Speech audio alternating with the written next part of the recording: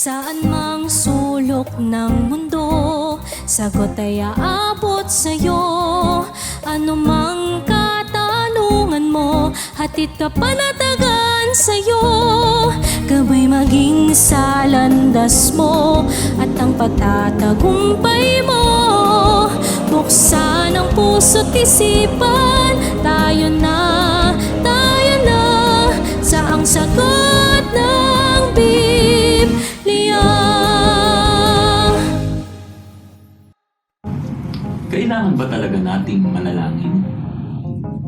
Magandang araw po sa ating lahat. Welcome muli sa programang Ang Sagot ng Biblia, kung saan sama-sama po nating hinahanap ang mga kasagutan sa mga mahalagang tanong sa ating buhay sa tulong ng mga salita ng Diyos. Paano nga ba ang tamang paraan ng pananalangin? Marami po kasing mga tatanong, tama ba kung nakalukod, kung nakatayo, kailangan ba kung nakapikit kapag ka po mananalangin?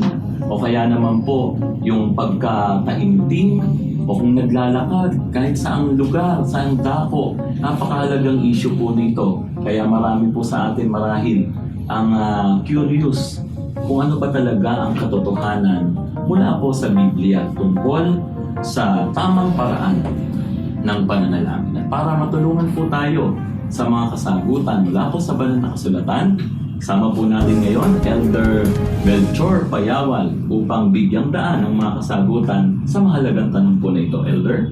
Kapayapaan po, Brother JC.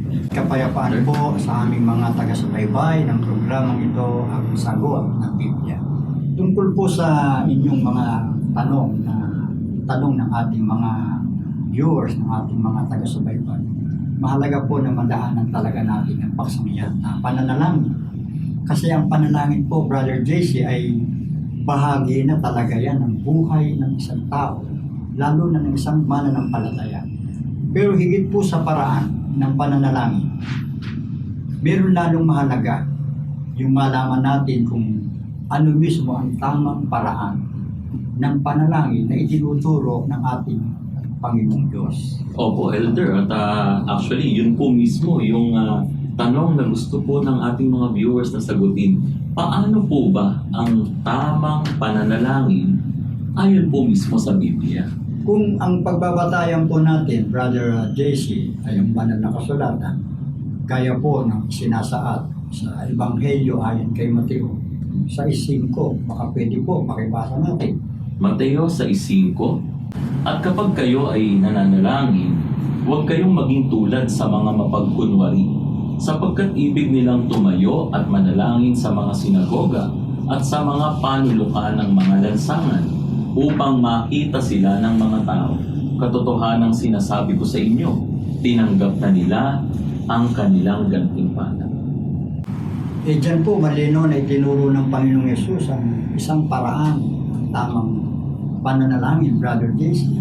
At ang isang bagay na itinuturo ng Panginoon, yung manalangin tayo ng tapat, huwag yung paimbabaw. Kasi sa punto na yan, nang makita ng Panginoon, yung mga Saduceo, mga Pariseo, nananalangin sila ng patayo eh. Pero ang intensyon nila, ang kalooban nila, hindi para talagang manalangin ng tapat sa puso sa Panginoon, kundi yung para sila'y mapansin, para sila'y hangaan, at masabihang sila'y mga taong mapanalangin sa Panginoon. Pero ang katunayan, kaya sila nakatayo para nga mapansin. Yan ang ibig sabihin niya, kapatid na JC, hindi po tayo mananalangin para makita, purihin ng tao, kundi ang layunin ng ating pananalangin ay makipag-usap sa Diyos. Hindi po yung mapansin tayo ng tao. So yung pagpapaimbabaw po, Elder, para mas mababaw na maintindihan din po ng ating mga viewers. When we say mapagpaimbabaw, ano po yung usual practice ng mga nananalangin na may pagpapaimbabaw? Halimbawa, yun nga, nabanggit na, paimbabaw, pakunwari. Pakunwari. Opo, hindi totoo. Yun nga, para lang makakuha ng pansin, na sila po ay taong matuwid. Iba yung layunin nila, pang sariling karangalan, pang sariling kabutihan para sa kanila, Brother Case. Opo, Elder, no? Salamat po dahil talagang doon nakikita o tinitingnan ng Panginoon. Elder, may curiosity rin po ang iba. Nasusukat po ba minsan sa haba ng panalangin o sa iksi ng panalangin o ganda ng mga hanay ng salita ng isang nananalangin para talagang maging tama o kaya pakinggan ng Panginoon?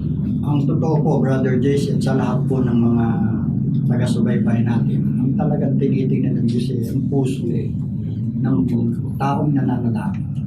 Maaaring simple lamang ang panalangin, pero ang tunay na kailangan ng Diyos yung makita sa atin, sa nananalangin, yung taos puso.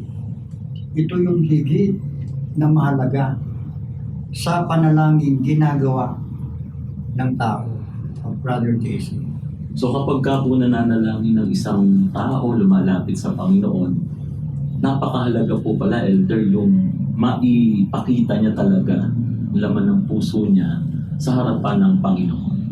Elder, marami rin po ang concern about sa gesture and posture pagka nananalangin. Yung marami pong nagtatanong kung kailangan po ba na nakaluhod, kailangan po ba nakatayo, dapat ba nakapikit, o kaya naman po nakadilat, okay lang din po ba yun? Ano po yung sagot ng Biblia tungkol po dito, Elder?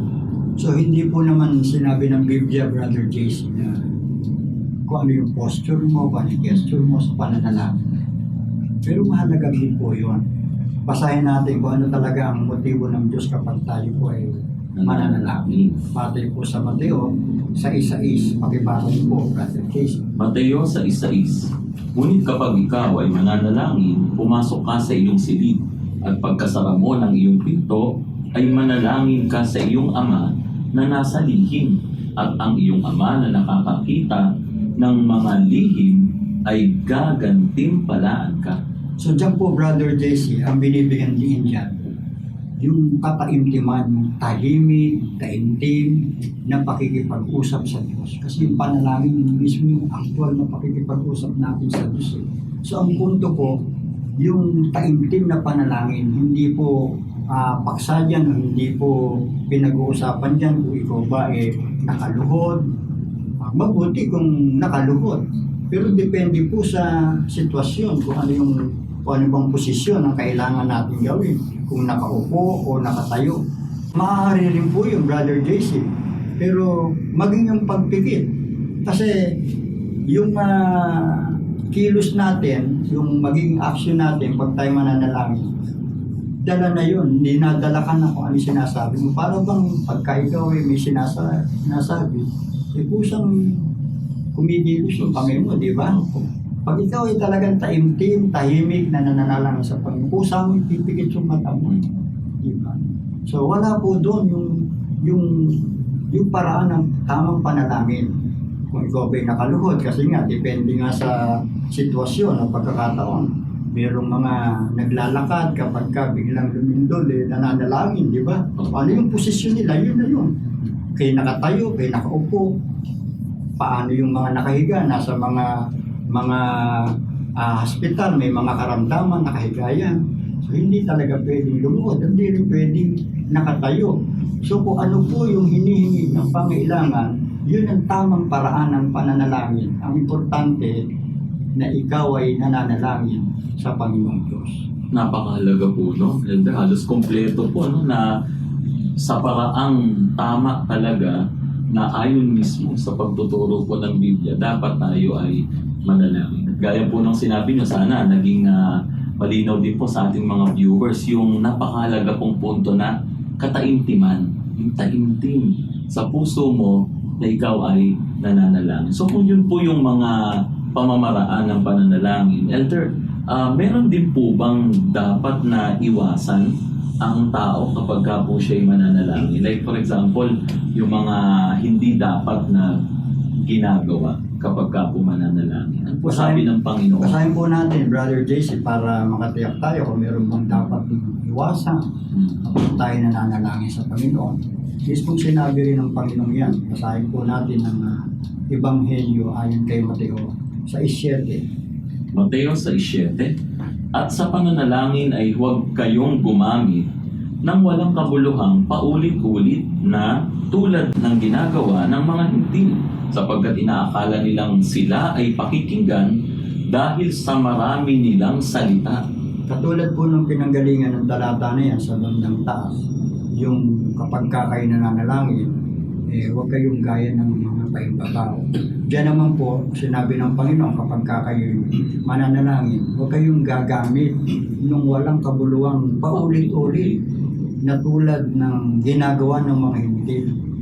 Dahil inaakala nila sa dami ng kanilang mga sinasabi, sa haba ng kanilang mga sinasabi, pakinggan sila ng Panginoon.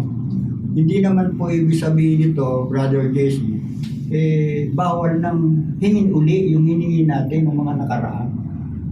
Hindi naman po paulit-ulit yun. Ang sinasabing paulit-ulit, yung sinasabi ng Panginoon na sa isang pagkakataon, mananalangin ka ng paulit-ulit. Memorize na po. Na-memorize na, kinabisado na yung kanilang panalangin. So yun po yung pinagbabawal ng Panginoon. Ang panalangin paulit-ulit sa pag-aakalang diringin sila ng Panginoon dahil sa haba o dami ng kanilang sinasabi. Kaya mas mahalaga, gaya po ng sinuutos ng Panginoon, yung taimtim, taos-puso na panalangin kaysa maraming salitang wala namang tunay na damdamin. Salamat po, Elder. So, ibig sabihin din po ba nun, Elder, yung panalangin po kapag paulit-ulit na, hindi na po pinapakinggan ng Panginoon? So, ang Diyos naman po, Diyos na makapangyarihan. Lahat ng mga nagsasalita, naririnig na. So, ibig sabihin, naririnig na Diyos ang lahat ng uri ng panalangin. Pero, puso po ang batayan ng Diyos, Brother JC, para tuparin, ibigay ng Diyos ko ano yung ating ipinapanalangin. Kung ang panalangin ay paulit-ulit, gaya nga ng binanggit natin kanina, kabisado, hindi po yan ang tamang paraan ng panalangin. Dahil ang panalangin po, nagmumula, idinidigda ng puso at yun ang sinasalita ng ating bibig at yun po ang pinalulugdan ng Panginoong Diyos na tamang paraan ng pananalangin.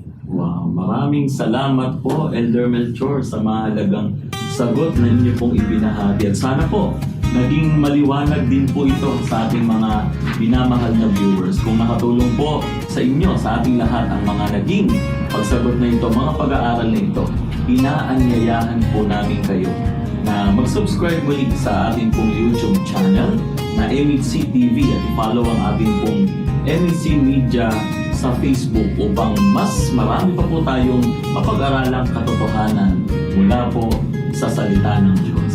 Elder Melchor, actually hindi pa po doon na natapos yung concern about sa prayer. Though very related din po ito sa prayer o sa pananalangin na tinatanong ng ating pong mga viewers, ikagagalit po ba ng Diyos, Elder, kung halimbawa ang tao naman ay hindi manalangin o hindi nga talaga makipag-usap man lang sa Panginoon, ikinagagalit po ba yun ng Panginoon? So, tungkol doon sa tanong na yun, kung nagagalit ba ang Diyos kung tayo ay hindi nananalangin. Ang sagot po dyan, ang panalangin, brother, ay hindi lamang utos kundi isang mahalagang bahagi na ng ating buhay. Isang paraan niya ng ating pakikipagrelasyon sa Panginoon. Gaya po ng ating mababasa sa 18:1 ng Ebanghelyo ayon kay Lucas. Pwede po pakibasa natin. Lucas 18:1, at sinalitan niya sa kanila ang isang talinghaga na sila'y dapat magsipanalangin lagi at huwag mangang lupaypay. So, sinabi ng Panginoon yan dahil ang tao po ang nangangailangan sa Panginoong Diyos. At paano natin maipararating sa Panginoon ang ating pangangailangan sa pamamagitan nga po ng panalangin. Tandaan natin mga giliw namin, mga taga-subaybay, hindi tayo nananalangin dahil kailangan ito ng Diyos, kundi tayo po ang nangangailangan ng pakikipag-ugnayan sa bisa ng panalangin sa Panginoon. Kaya kapag napababayaan natin ang panalangin, unti-unting nawawalan tayo ng ng pagtitiwala sa Panginoon at yun din po ang pinagmumulan ng kawalan ng ating pananampalataya. Ngayon, tungkol po naman sa tanong na nagagalit ba ang Diyos? Huwag na natin hintayin magalit pa ang Diyos kasi utos nga niya yan Kung ikaw lagi ka inutusan ng Ama, lagi kang sumusuway, lagi mo siyang hindi sumusunod, darating yung panahon na magagalit ka rin sa iyong anak, di po ba? So hindi naman galit yun para mapuot sa atin, kundi galit pa rin yun sa paghahanap lang niya na tayo po ay laging maging mapanalangin sa Kanya.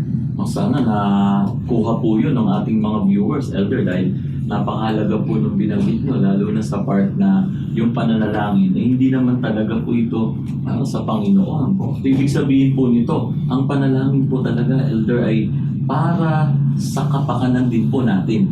Opo. Kaya napakahalaga po na matutunan talaga ng tao, nating, lalo na ng ating mga viewers, yung tamang paraan ng pananalangin. Opo, kasi Brother JC, ang panalangin nagpapaalala sa atin na may isang Diyos tayong masasandalan. Andiyan lagi ang Panginoon Diyos. Dito kasi natin hinihingi ang kanyang gabay. Dito natin hinihingi ang kalakasang kailangan natin. At higit sa lahat, Brother JC, sa panalangin, na ipapahayag din natin sa Kanya yung pagpapasalamat. Paraan din po ang panalangin, Brother Jesse, na pinupuri natin ang Panginoon kasi may panalangin na puro na lang ba tayo hihingi. May panalangin din kung tama yung lagi bang ang laman ng panalangin natin, yung pagpupuri sa Kanya, yung pinasasalamatan natin siya. Kahit po may mga panong dumaranas tayo ng tila ayaw natin, pero pinapangyayari ng Panginoon sa buhay natin. At lalong-lalo na kung ginagawa tayo ng Diyos ng kabutihan araw-araw sa buhay natin.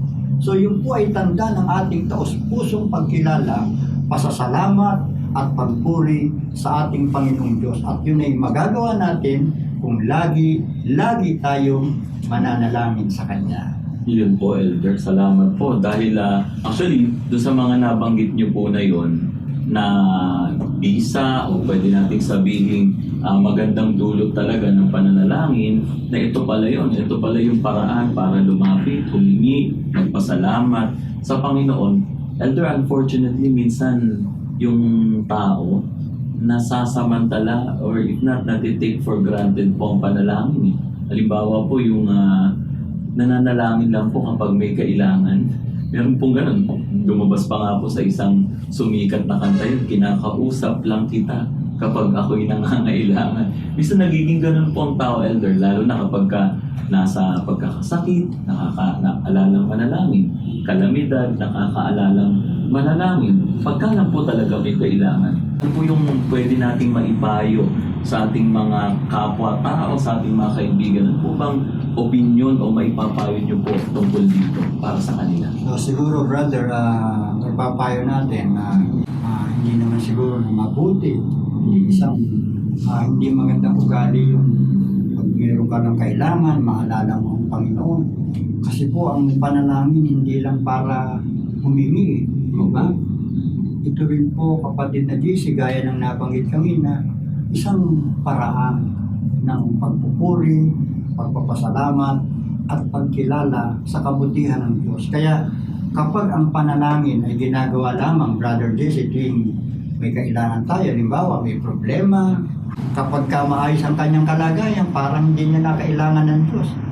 Ngunit alam niyo po ba, mga kapatid, mga mahal namin na taga-subaybay, ang tunay na kumikilala sa Diyos, yung tunay na nakikipagrelasyon sa Panginoon, ipinapakita yan sa tuloy-tuloy na pakikipag-usap, pakikipag-ugnayan sa pamamagitan ng pananalangin sa Kanya sa lahat at anumang mga pagkakataon. Kaya kung binawal po yung paulit-ulit, tama naman pong tuloy-tuloy. Dapat ang pananalangin natin sa Panginoon. Alam niyo po, napakaganda ng mga naging talakayin po natin, Elder. At I think marami po ang makaka-relate at nakinabang sa naging topic po na ito. So sana sa ating pong mga viewers, naging malinaw po sa atin. Una, ang tamang pananalangin ay kailangan talaga nagmumula sa pusong tapat sa paglapit natin sa Panginoon. Pangalawa, nabanggit po, sa Biblia, sa pagkasangkapan sa ating elder mature, hindi dapat na maging mapagpaimbabaw daw po ang ating pong pananalangin, nagiging walang kabuluhan ito sa harapan ng Panginoon. Ikatlo, ang panalangin ay mahalaga na nagpapatibay ng relasyon natin sa Panginoong Diyos. Ito yung paraan po to establish our relationship with God. At syempre, hindi lamang tayo dapat manalangin kapag may kailangan, kundi maging sa oras po ng ating pong pagpapasalamat. Yung magpapasalamat ka lang through prayer, pwede po yun. At yung mga, sabi nga po ng ating elder, ito rin yung way para yung papurihan. Pagpupuri mo ito sa Panginoon. So, yun po mga giliw naming mga taga-subaybay. Tandaan po natin, Diyos po, Brother JC, laging handang makinig sa taong lumalapit sa Kanya. Nang may tapat, puso, pananampalataya at katapatan. Ang panalangin po, tandaan natin, isa po yan na pribilehiyo na naglalapit sa atin, sa ating Amang Diyos na nasa langit. Kung kayo po ay pinagpala sa ating pagtalakay po ngayon, huwag po ninyong kalimutan na i-like at i-share ang programa pong ito.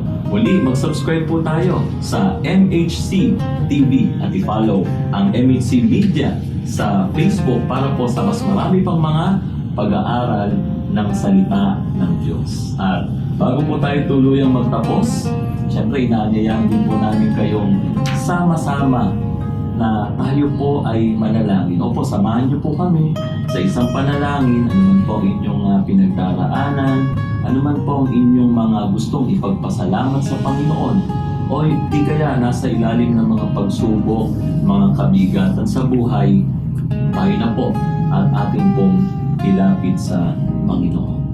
Pamunahin na po ang panalangin ng JC. Tayo po ay manalangin. Ama naming Diyos na makapangyarihan sa lahat, maraming salamat po sa iyo sa katotohanan na inyo pong itinuro, ipinagpala sa amin sa pamamagitan ng programang ito.